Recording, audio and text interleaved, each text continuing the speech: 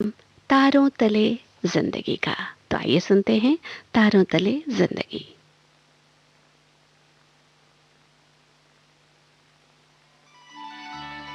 तारों तले जिंदगी। इस सीरीज में हम आपके लिए लेकर आए हैं हिंदी साहित्य जगत की कुछ चर्चित कहानियों और उपन्यासों पर केंद्रित रेडियो नाट्य वाचन। आइए सुनते हैं मुंशी प्रेमचंद की कहानियों का रेडियो नाट्य वाचन। आज की कहानी है दूसरी शादी। वाचन स्वर और प्रस्तुति काजल सूरी की है।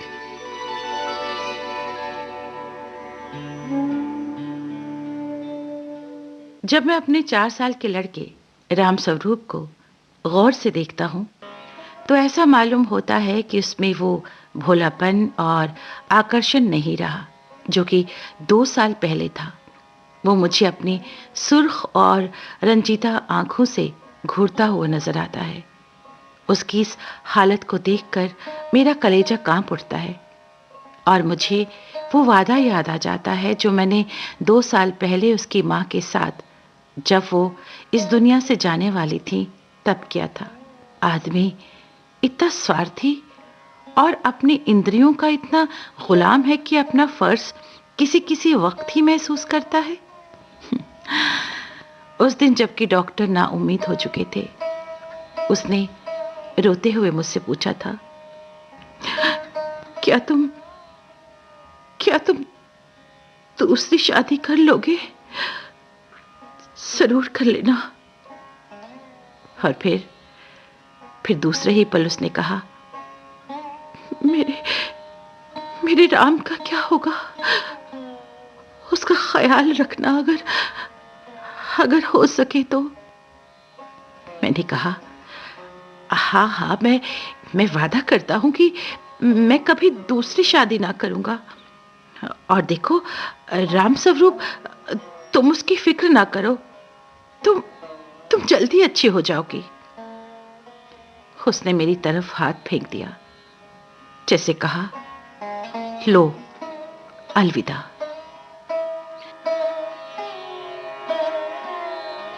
कुछ ही पल में मेरी दुनिया अंधेरी हो गई। राम स्वरूप बेमां का हो गया। 2-3 दिन उसको कलेजे से चिमटाए रखा। आखिरी छुट्टी पूरी होने पर उसको पिताजी के स्पुर्द करके मैं फिर अपनी ड्यूटी पर चला गया। 2-3 महीने दिल बहुत उदास था नौकरी की, क्योंकि उसके सिवाय चारा ना था। दिल में कई मंसूबे बांधता रहा। 2-3 साल नौकरी करके रुपया लेकर दुनिया की सैर को निकल जाऊंगा, ये करूंगा वो करूंगा। लेकिन अब दिल नहीं लगता।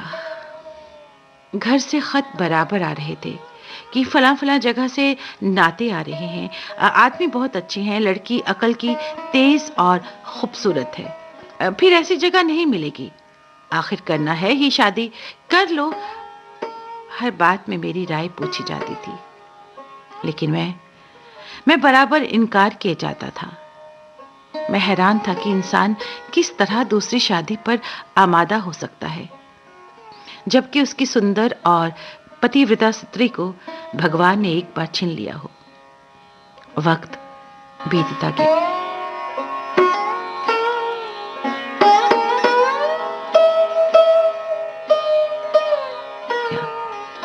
फिर यार दोस्तों के तकाजे शुरू हो गए। कहने लगे, शादी कर लो, अकेले कैसे रहोगे? मैंने सोचा कि मैं कभी दोबारा शादी नहीं करूंगा, और अगर ब्याह किया तो किसी विधवा से ब्याह करूंगा।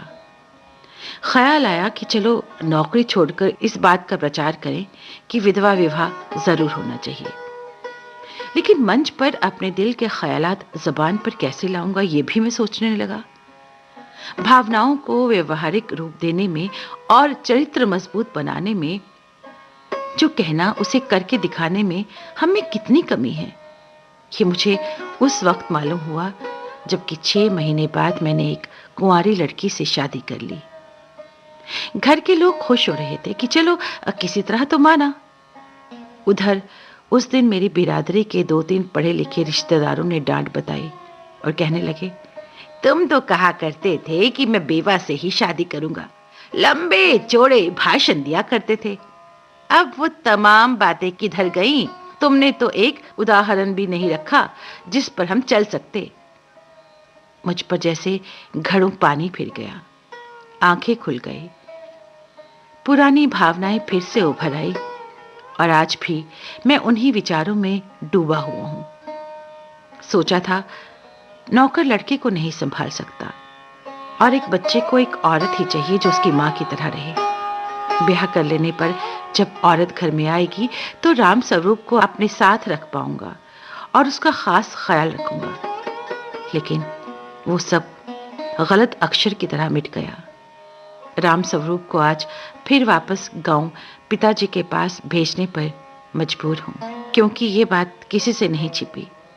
ब्याह के मौके पर सुना था कि लड़की बड़ी नेक है, सबका ख्याल रखेगी और राम स्वरूप को अपने बेटे की तरह समझेगी। लेकिन सब झूठ। और आज लग रहा है कि यह हार्दिक दुख वो वादा तोड़ने की सजा है जो कि मैंने एक नेक बीवी से उसके आखिरी वक्त में किया था। तारों तले जिंदगी इस सीरीज में अभी आप सुन रहे थे मुंशी प्रेमचंद की कहानियों पर आधारित रेडियो नाट्य वाचन। आज की कहानी थी दूसरी शादी। वाचन स्वर और प्रस्तुति काजल सूरी की थी।